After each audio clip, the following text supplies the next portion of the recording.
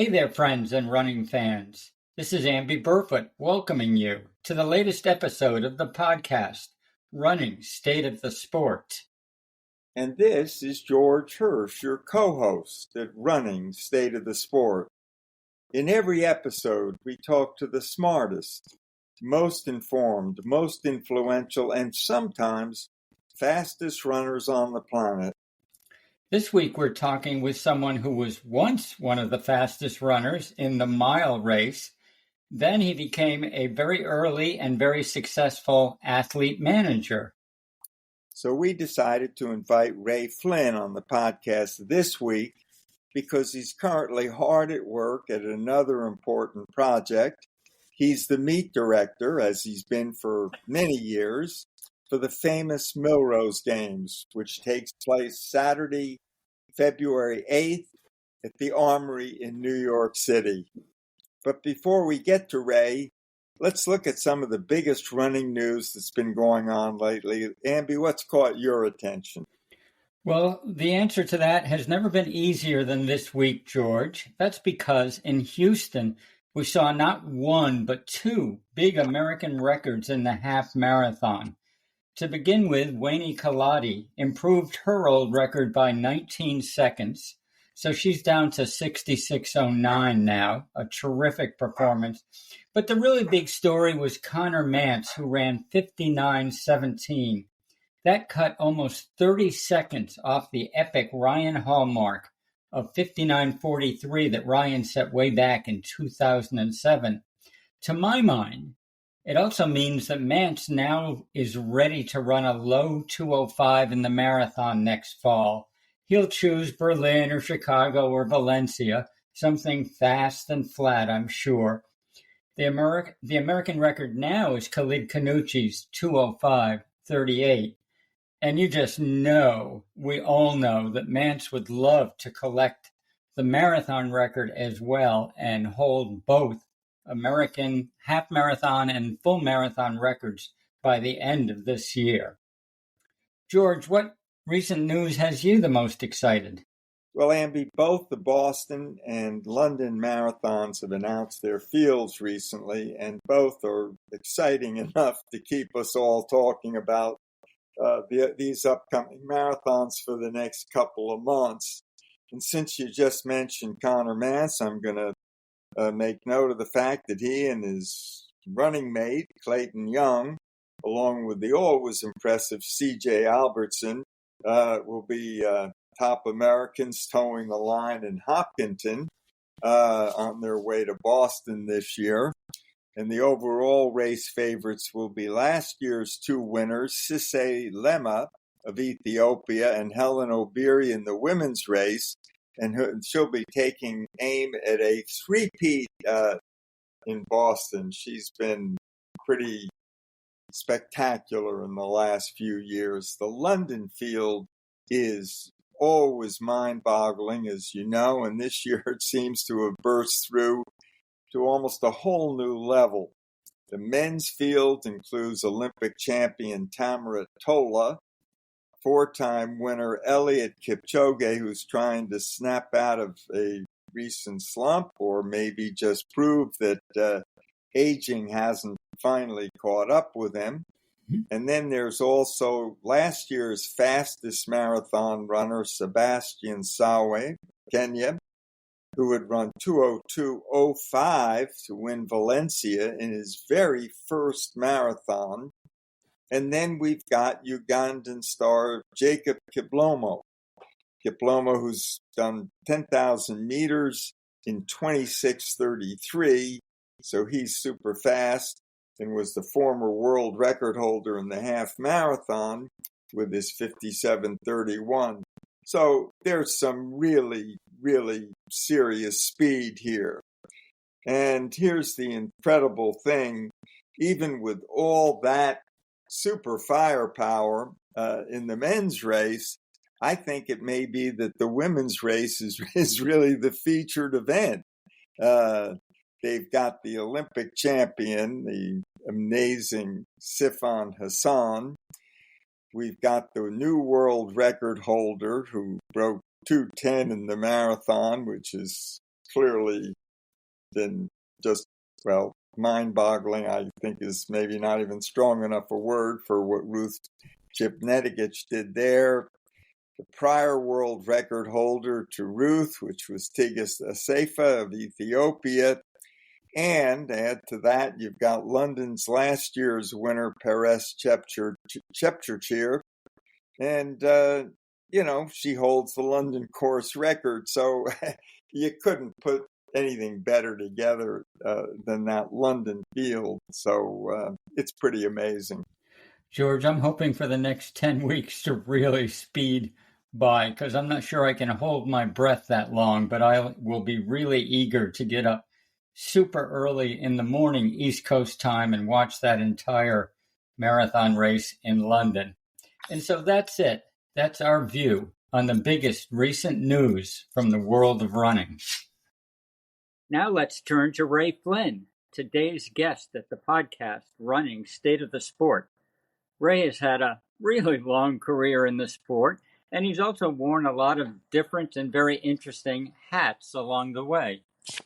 He was, in fact, an elite miler, a 349 miler, back in the early 1980s, the heyday of mile racing, though I'd say we're in another golden era for that particular event, and we can talk about that for sure with Ray today. He still holds the Irish national record in the mile. Ray's also been an athletic manager since 1989, and he's been the Milrose Games meet director since 2012. This year's Milrose Games will be held on Saturday, February 8th at the Armory in New York City, and is certain to include some of the most exciting races of the indoor season. Ray, thanks for joining us here today. You're most welcome. Thank you for having me on your podcast, Amby and George. Well, we really can't imagine anyone with a more full career than you. But before we dig deeply into all the aspects of that, how about you giving us just some of the basic current bio details? How old are you now? Where are you living? What's your family situation?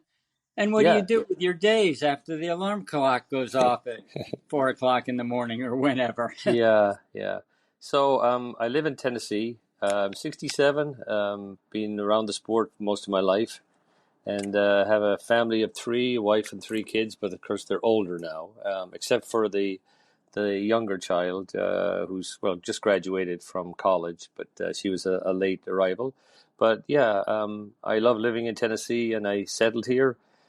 Coming from Ireland in the 70s, and very much like it. But it's a busy time. It just seems like now it's always busy. But this time of year it's got its own functions with the indoor meets and especially the Milrose Games. So, Ray, tell us a little. How does a young guy growing up in Ireland way back in the 1960s and early 70s get interested in track and field and of course, say, why not soccer? Yeah, well, everybody wants to play football, and they do, of course. Whether it's football in the U.S. or soccer in Ireland or England or wherever. And I was no different. It was a magical time, I think, back in Ireland because, as you all remember, the last gold medalist from Ireland was Ron Delaney, who won the 1,500 meters in Melbourne in '56. So I think he inspired a whole generation of young runners from Ireland, many of whom, initially went to places like Villanova. And of course, as a young boy growing up, I dreamed of such things and I loved running. And when I got talented enough, I was fortunate to be offered the opportunity to come and follow many of the other young Irish boys who were running for U.S. universities in the NCAA system. And I bring up Ron Delaney because he was sort of, I think, the first, pioneer, if you want to call it, that inspired us young boys coming to the U.S. So, Ray, thank you so much for mentioning Ron Delaney, because George and I, frankly, hadn't discussed him as we were preparing for this podcast with you. And of course, he's a pivotal figure in 1,500 meter running, And for an Irish lad like yourself, he must have been very, very important.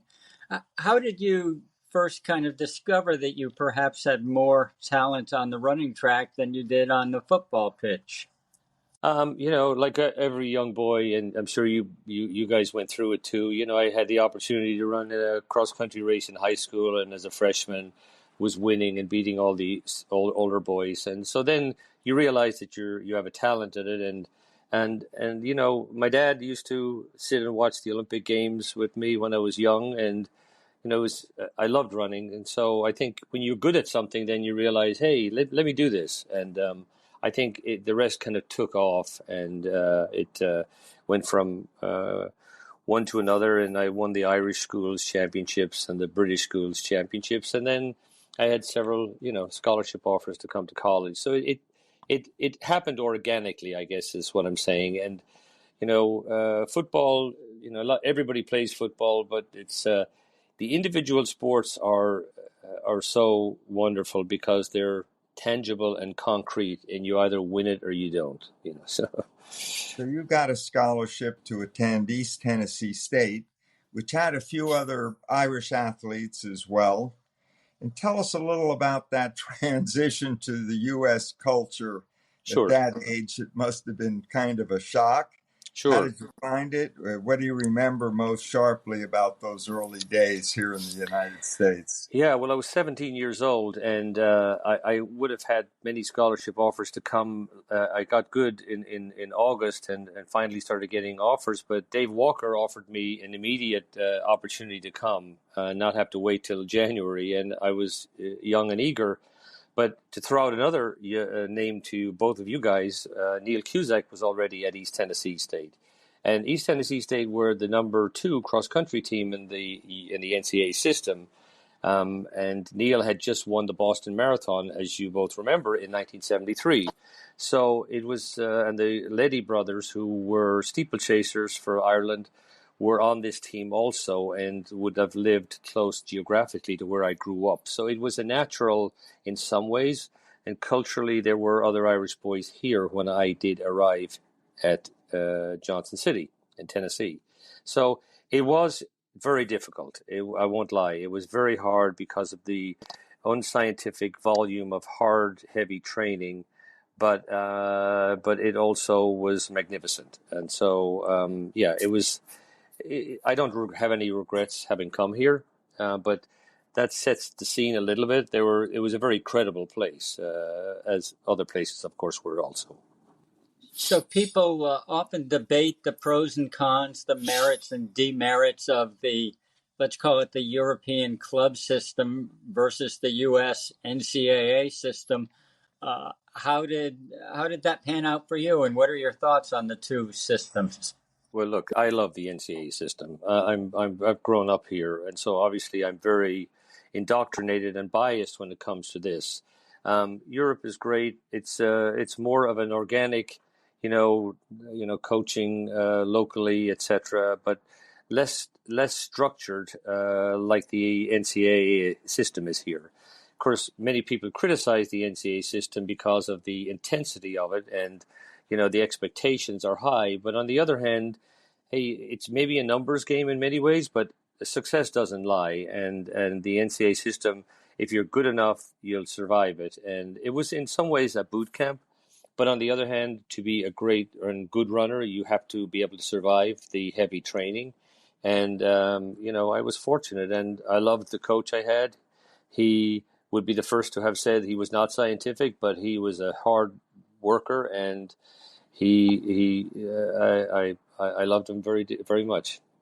So after East Tennessee State, you went on the circuit with the world's top milers at the time.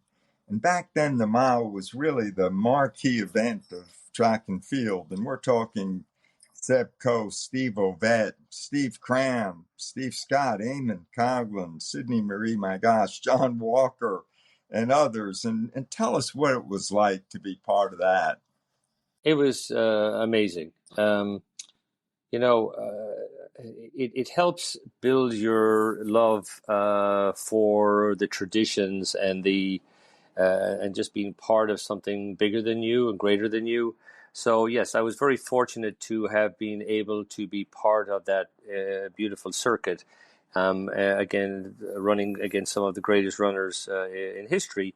And of course, most people don't even remember who they were now, as you know, because it's times change, and young people don't remember now even those great names that you bring up. But the COVID era, and people like John and Steve who were running 135, 136 sub 4 minute miles, people like Eamon Coughlin, it was a magical time, and I learned a lot, and so I was part of that. I was not the champion, but I was fortunate to be part of these great races, and I think I became better for it in terms of who I am today, as well as being a former athlete.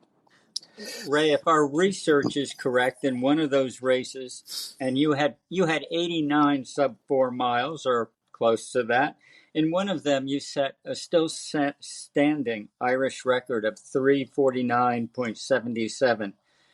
Tell us a little bit more about that race specifically, who was in it, and we don't even know if you won or lost that, because you can run fast races without winning them. Sure.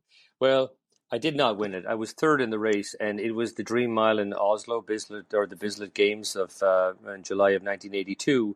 And I had run in Oslo 2 weeks earlier and run 350 point Irish record at the time. But Steve Scott won that race in 3:47, actually 0.69, which was marginally missing the world record at the time. John Walker finished second, setting the still standing New Zealand record. And I was third, setting the still standing Irish record. We did have a pacer in the race, but Mark Fricker was his name, from the US at the time. But the Dream Miles at the time, and Bislett is such a mecca for distance running. That was a memorable evening, and it was 1982, and I was fortunate to be part of that.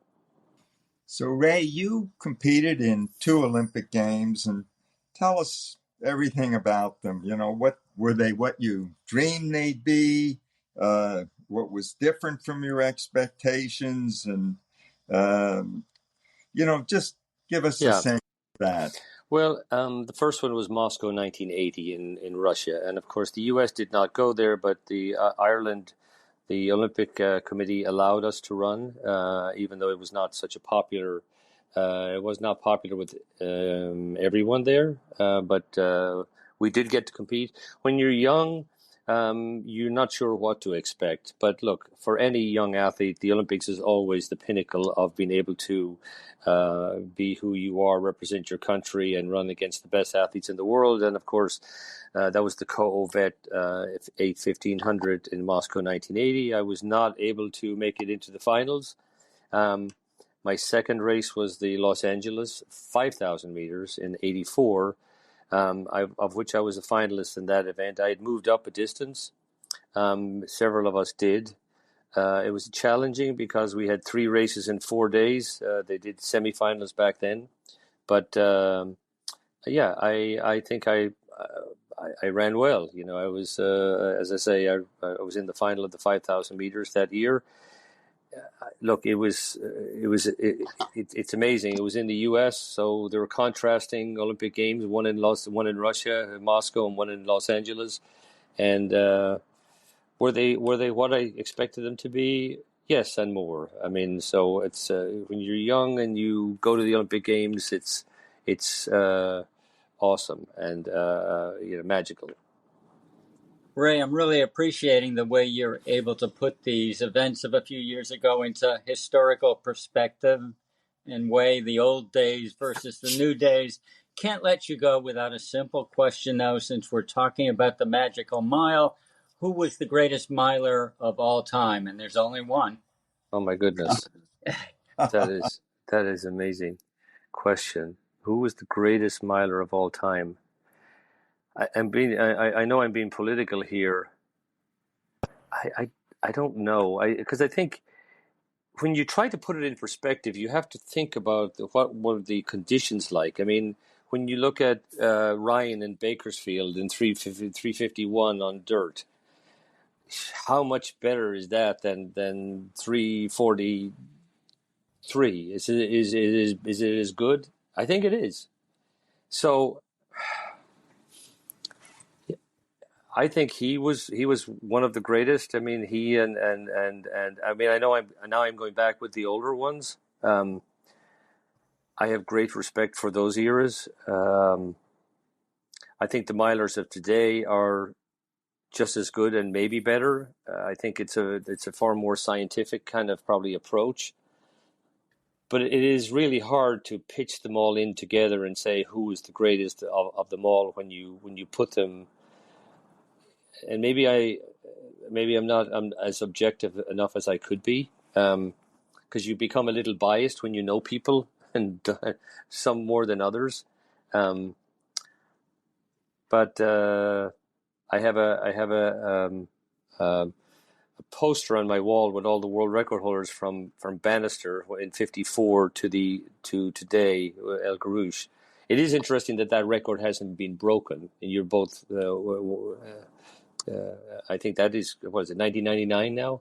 Yeah, and it hasn't gotten broken since. That is shoes and all, right? It will get broken, but it's the times are not that far off, really. I mean, yeah, they've changed, and it's deeper now, but they were all great champions. So let's shift to being a manager for athletes today, and how and why did you decide to take on that role as an athlete manager and agent? And what was lacking before people got involved in this line of work? Well, you two gentlemen would be able to recognize, when you look at where we are today with cell phones, instant information, fax machines, et cetera, in the 80s even, when I learned my trade, running from one race to the next on the circuit in Europe against all these big, great runners, it was all about relationships. You got there just by word of mouth and knowing people, and you've had to make your own way. You had to roll your sleeves up in order to make it happen.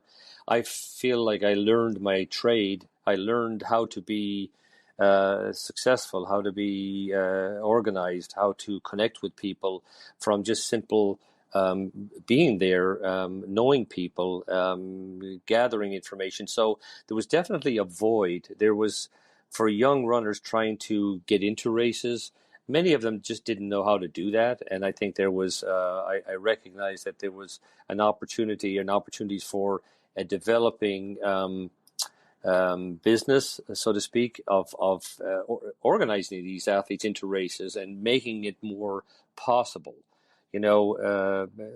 Athletes are able to go at far more distant places, far more often than they ever once were. And so there was a lot to be learned, and I think I'd leaned and learned a lot back in that period.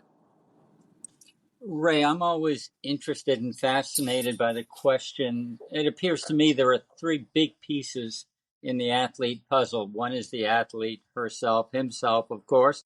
Then there's a coach, and then there's a manager. Yeah. What happens when there are tensions between the three? It must happen from time to time. Well, you'd think that it would, but less than you would expect. And I'll tell you why, Amby, because athletes choose a manager based on the joint relationship. Because if a coach doesn't like who a potential manager is, if it's the coach-athlete relationship, many times it's already established. And so I think it's important that there is a functioning relationship between those three entities. I know in my role, I don't really make the calls. I suggest and offer options to both coach and athlete. And when they are okay with it, the priority is always going to be where they perform and where it sets up and lines up with their preparations for championships, etc. And so it's less about that. Tension doesn't really exist for us anyway, or for me most of the time. If athletes change, coaches, we try and suggest options to them. But yeah, generally it needs to work together. Otherwise, it would be a disaster. But I feel like I don't want to diminish what we do, but I need to be the not the person pushing it. I need to be the assist. I need to make it happen for them when they decide what they need. You say working together, and I think, Ray, of your really successful relationship that you had with Deena Kastor when she was an athlete, and what made that partnership work for both of you? I think knowing her coach, Joe Vigil, because actually Joe brokered it. Joe was like, Deena didn't have a manager back in the 90s, and we had become friends, and I think Joe put us together. I think that's how that started.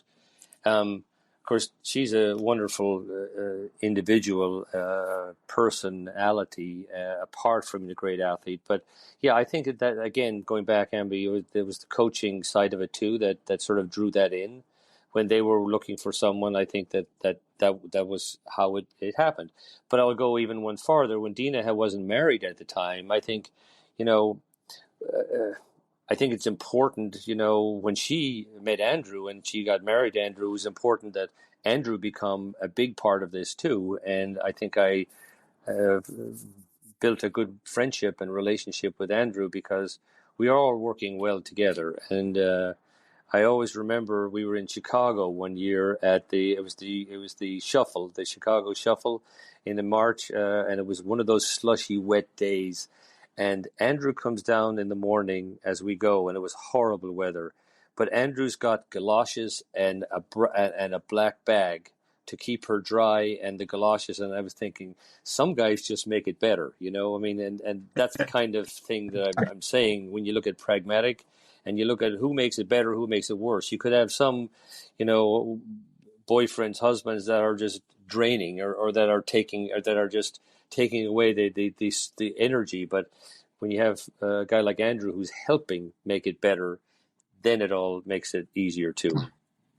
Ray, you seem very good at giving credit to others when credit is due, and I think that's an important quality. And since I'm the world's #1 member of the Joe Vigil fan club, I was happy to hear him mentioned for sure. So here comes the tough or controversial question. Mm-hmm. We've still got doping in our sport, much more than we would all like to see.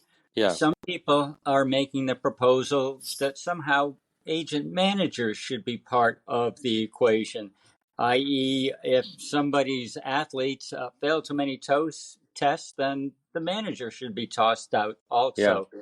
What are your thoughts about that idea? Well, I definitely think that, we all bear some responsibility. We can't be all blind. And so if you sense that an athlete is doing something wrong, you shouldn't work with them in the first place. I think that's one thing.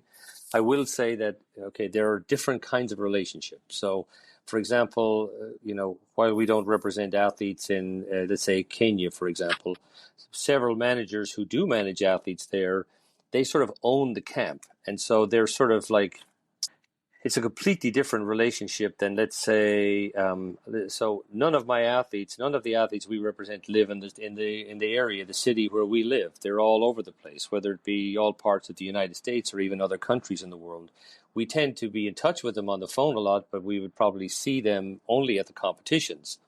Whereas I think other probably more high-risk situations are where you have managers who may have hundreds of athletes in camps. I think they certainly should be held to a high standard in terms of, or a higher risk standard for when these kind of things happen under their nose. Having said all of that, I think the risk rewards are high, very high in the third world countries where money is probably worth 20-fold or 30-fold, and the temptations become even higher, and for people going to these young athletes to cheat. But look, doping is it's never gone away, and it's always been there. When I go back to my own career in 1984, and you asked me about the Olympics, Marty Vinio was pulled on the starting line of the 5,000 meters, Amby, because he had blood doped, and they found him after he got the silver medal in the 10,000 2 days before, and they didn't let him run the final. It's been happening back in my time too. Is it more prevalent now? Probably is. I think that AIU and they're doing a much better job. But having said all of that, the records are just become so. It's really hard to process the depth of the records that we are seeing now. And I know the shoes are become another issue to talk about, but the proliferance of these staggering records, and then the positive tests are just so overwhelming.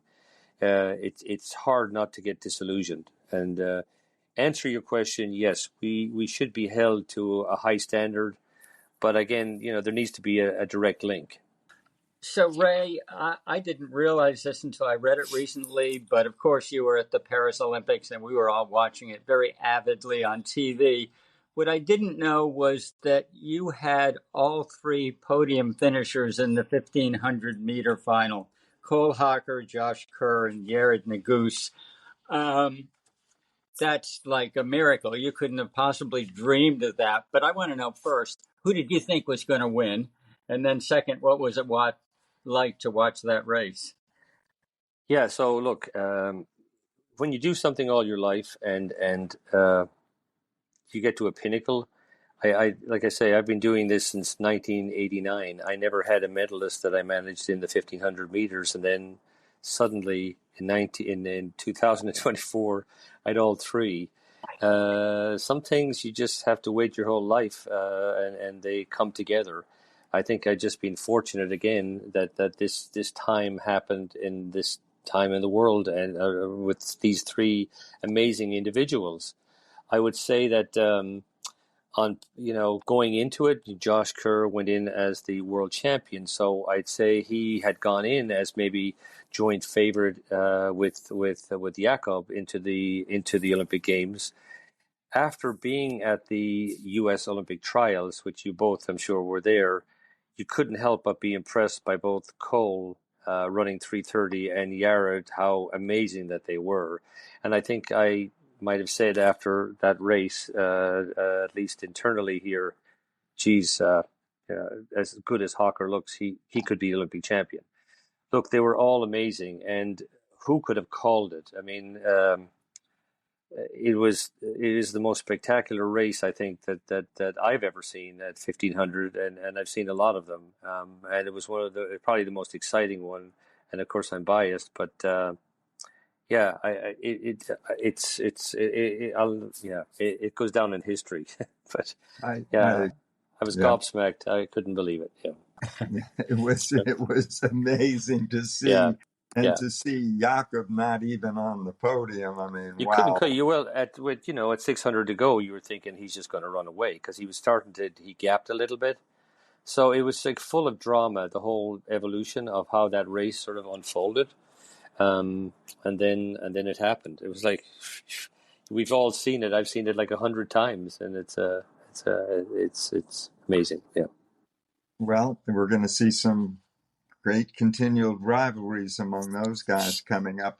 Let me ask you your thoughts on Michael Johnson's Grand Slam track, which is coming up with 4 events that are scheduled now, and how's it going to affect global athletics and, leading up to the next Olympics in LA? And how about your athletes? Are they signed on for this? Yeah, we signed on to it. I love it. I think it's great. I think, look, everything needs to be an evolution. I mean, the Golden League and the Diamond League, they've been around for a long time. And sort of they've become, I'm not being critical, but they've become sort of stagnant. And I know, when you look at the progress in the sport, we need some innovations. And, I support what he's doing, and I support the new investment into the programs. What will it change? It may just change maybe some of the races you run. If you're, maybe you run less Diamond Leagues and you run more Grand Slams, or it's going to just change a little bit like that. But that's not really going to affect the global calendar as much. I think it's going to be exciting. I think we need to see and give them a chance to see what they put together. I know that people are being critical that there are no field events there. I will say this, that if you travel overseas and you, for example, I was at the train station in Zurich this year, and you watch the pole vault the day before the Weltklasse in Zurich, and you see 5,000 people in the train station and this dramatic vault that taking place, and you see how successful that these one-off events have taken place with the shot puts and field events off the field of play, so to speak. In the same way, like sometimes the marathon isn't finishing in the Olympic Stadium, we need to be open-minded to address and celebrate maybe some of the field events where they lay. Meaning in maybe there's a shopping mall and if there's 10,000 people watching it, whereas full focus on that event. I can tell you as an organizer at Milrose Games, it's really hard to focus on the field event when you have an hour and a half of TV. Everything is coming at you like rapidly. How do you spend time to watch every jump of the high jump, every jump of the of the long jump or pole vault, and give it attention?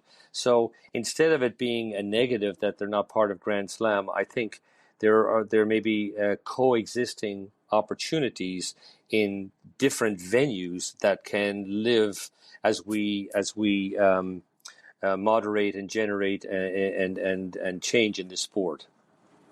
Ray, you previewed our next question, which is about the Milrose Games. The question is, you've been meet directing it for more than a decade now. Mm-hmm. Is there anything you've learned in that time that you didn't know prior that was a little bit surprising?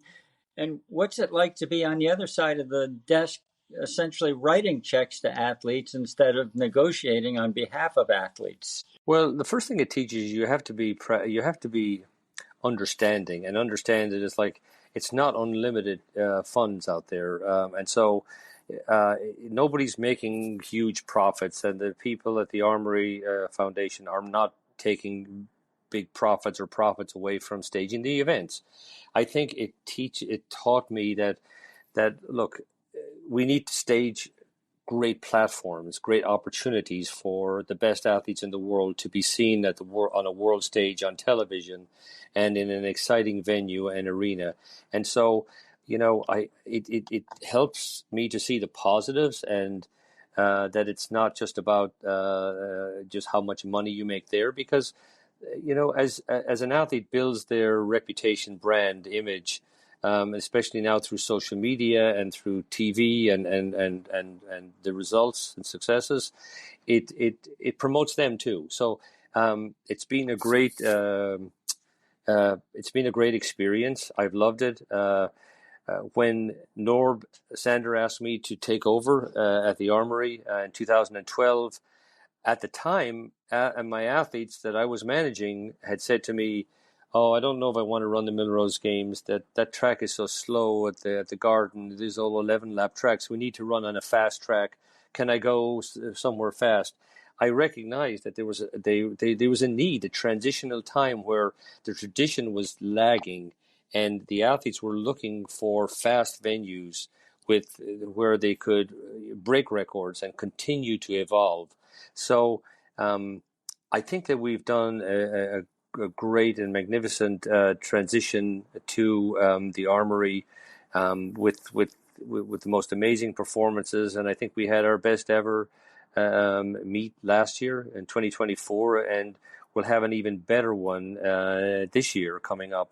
You probably saw announced today the Wanamaker Mile will have 5 Olympic medalists or 5 Olympic finalists, including Yared Nuguse and Josh Kerr in the Wanamaker Mile, talking about, as they go back and forth today, talking about, hey, how close they were to the world record the last 2 years. Yared was at Wanamaker, and of course Josh set the 2-mile world record there. I'm so excited about this year's meet, and I couldn't be prouder of it. So speaking of, you mentioned the transition to the Armory many years ago, and how do you like the smaller Armory venue compared back to the days that we all remember when you were Yeah. competing at Madison Square Garden? What do you think? So look, nobody can deny how awesome and how incredible the garden was. It was a time when people were drinking champagne and smoking cigarettes and bands playing as you ran on this rickety track, right? So that was all great. But what the Armory now brings is it's a tight venue, but it's also it's smaller, and it doesn't have the accolade of somewhere like the Garden, but its tightness and its intimacy and its noise is deafening and inspiring to the athletes, and I love it that we are all crushed in there, and that you can't walk in the place, and that it's we're setting records, and the athletes love being there, and that's what they want nowadays. And as you know, look, most of the people, or many of the people who go to these once a year meets, like Milrose Games at the Garden or the Armory, they may not know who everybody is, but they certainly love it when people are running fast and breaking the records, and that's what we want to continue doing. Well, Ray, we've always loved the Wanamaker Mile, and it's given so many chills and thrills to athletes and spectators alike over the years. But here's a question. What would it take to get Jakob Ingebrigtsen in the Wanamaker Mile? Is that totally a money deal, or does he have some other reason for not wanting to be here?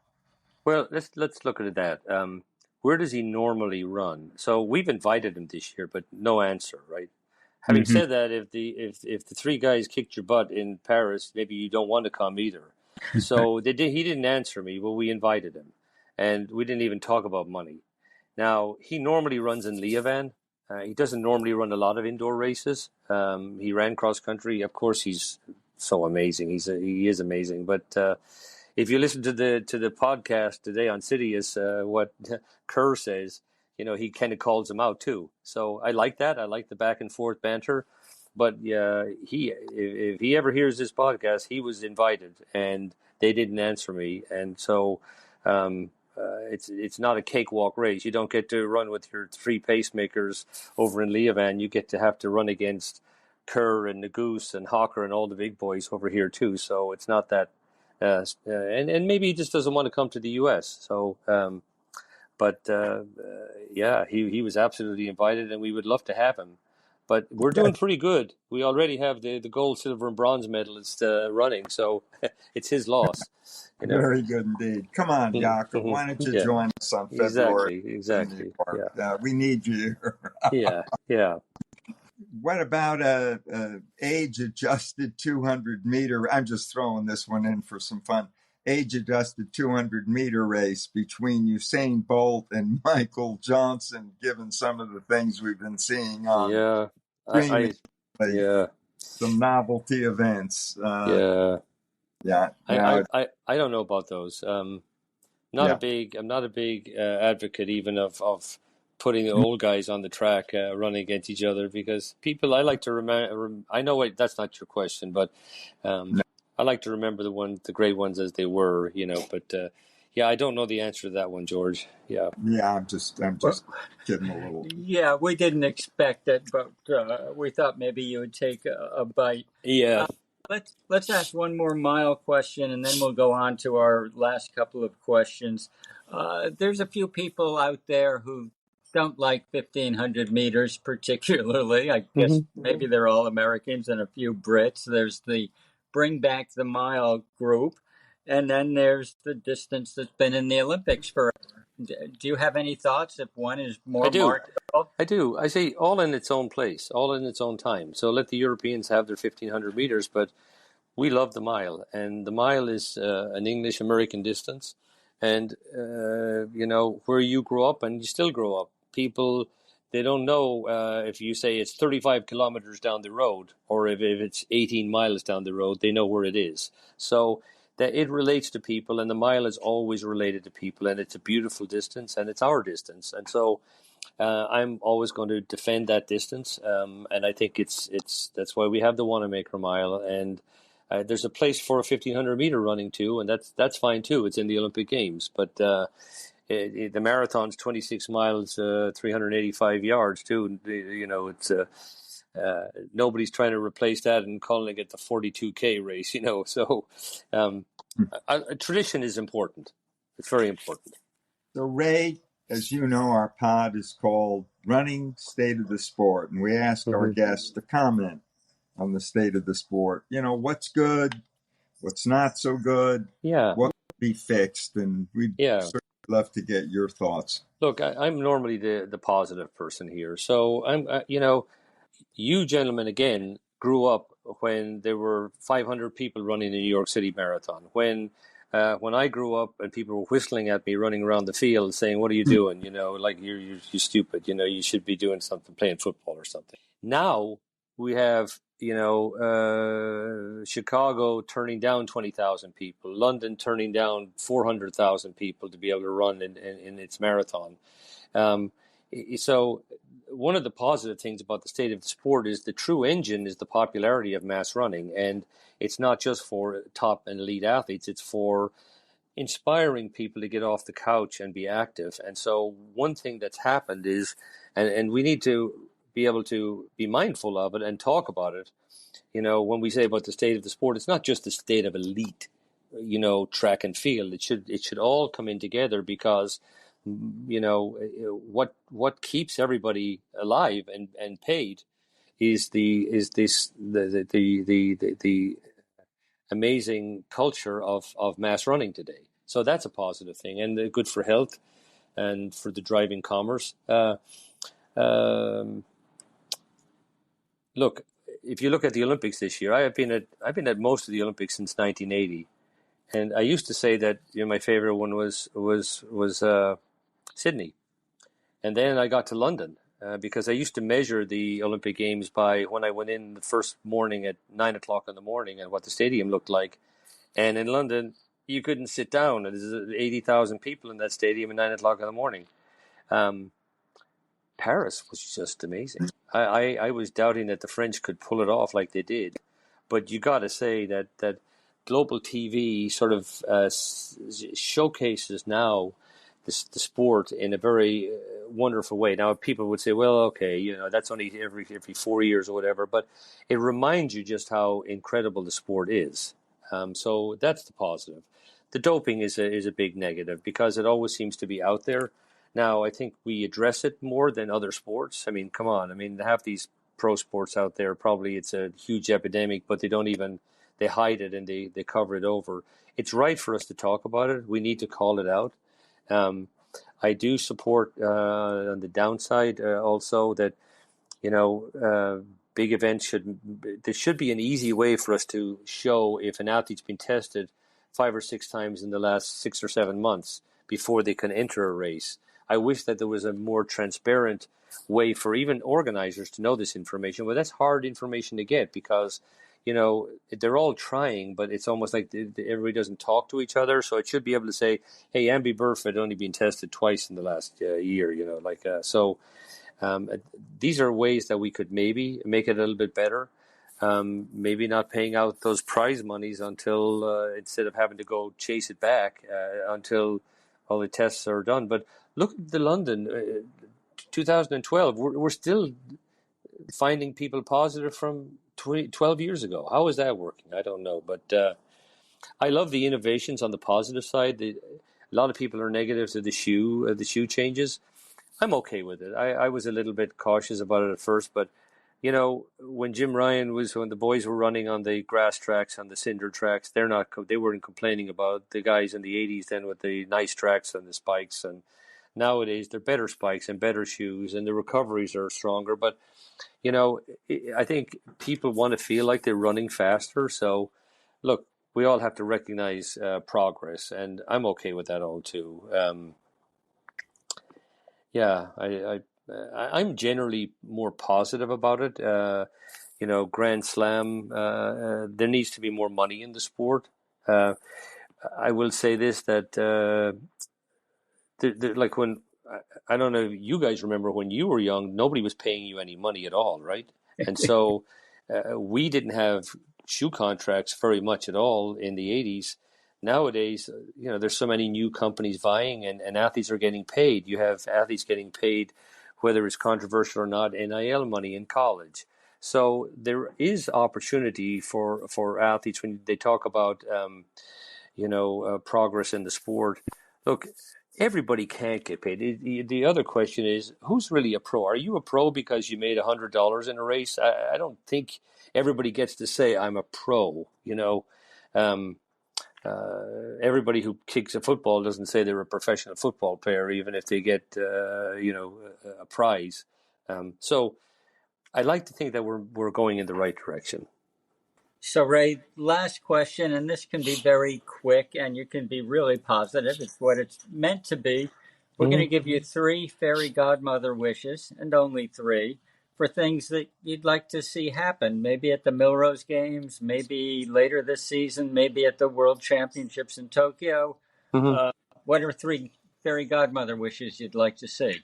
Well, just because I've got Milrose coming up, and it's all I'm kind of thinking about right this minute, I would say that we sell the meat out in another week or 10 days, which I think will happen. I would say, we do not have a title sponsor for the games, but I would love to have a title sponsor if one of your rich listeners listens, so that we can pay the athletes more money. I give huge credit to Rita and Jonathan at the Armory Foundation. They do yeoman work. They've done such a great job since they took over after Norb's passing. And then my third wish would be for a world record in the Wanamaker Mile for men. That's a really good list, and nobody's going to want to stand in your way on any of those, Ray. So thank you. Yeah. And that's it for our podcast today with Ray Flynn, manager of the upcoming Milrose Games, and much, much more. A guy who's done a lot of different things, all positive and helpful in his long career in the sport. So, Ray, thank you so much for joining us today. Thank you, Amby. Thank you, George. Have a great week, and pleasure speaking to both of you. Amby, we learned a lot. Some of it a bit unexpected, I would say, from our very good chat with Ray Flynn. So what struck you about his comments? I think we maybe broke a little news here this week, George, and we're both aware of the fact that we're not a news-breaking podcast. We focus more on history, context, perspective, the big view of the sport. But we did get Ray to admit that he tried to invite, in fact, he did invite Jakob Ingebrigtsen to run at Milrose, presumably in the Wanamaker Mile. And the response he got from Ingebrigtsen was no response at all. I was surprised both that he was invited and then that he didn't respond. I might have guessed he wanted a boatload of cash or something, but apparently there's another answer to the question that we don't have all the pieces to it. At any rate, Ingebrigtsen will be running the mile in an indoor meet in France the week after Milrose. George, what did you think about Ray's comments? Well, first off, the Wanamaker Mile, as he's told us and we know, is not lacking for talent. 2 of the 3 Paris Olympic medalists will be there, as we know, Josh Kerr and Yared Nuguse, and also Hobbs Kessler. It's just an incredibly solid field. And the Olympic champion at 1,500 is going to be running 3,000. That's Cole Hocker up against 2-time medalist in Paris, Grant Fisher. So that's going to be a spectacular track meet. And I was impressed with several things that Ray passed along to us. One was that he said he's a big supporter of Michael Johnson's new Grand Slam series, which people are all getting interested in and excited about. And I think when someone as respected in the sport as Ray Flynn is all in and influential like himself, I think it speaks well for what Michael Johnson's doing, and it clearly helps get the athletes, which they're attracting, as we know, and it gets the media excited. So I think it just makes the Grand Slam events all the more something that we should all be really looking forward to. One other note, Amby, in what I thought was an awfully good conversation with Ray, was when we got into drug testing, and you asked him, should an agent, bear some responsibility for his athletes in this? And often we hear that agents are, miles away, often even in a different continent than where their athletes are training, and they kind of kept at arm's length from, any talk about responsibility. Ray, on the other hand, he stepped up and he said, no, agents, clearly along with their coaches and the athletes themselves and the federations.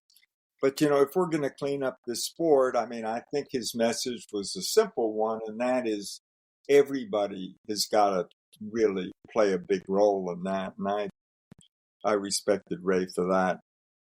That's a great and very important point, George. And that's it for this week's episode of Running State of the Sport. We hope you enjoyed joining us as much as we enjoyed sharing the time with you. We'll be back again soon with another episode. Until then, please tell your friends about Running State of the Sport. We'd also appreciate a review at your favorite podcast host, like Apple Podcasts or Spotify Podcasts. In signing off, here's our hope for the state of your own personal running. Chin up, clear eyes, full heart, keep moving, onward.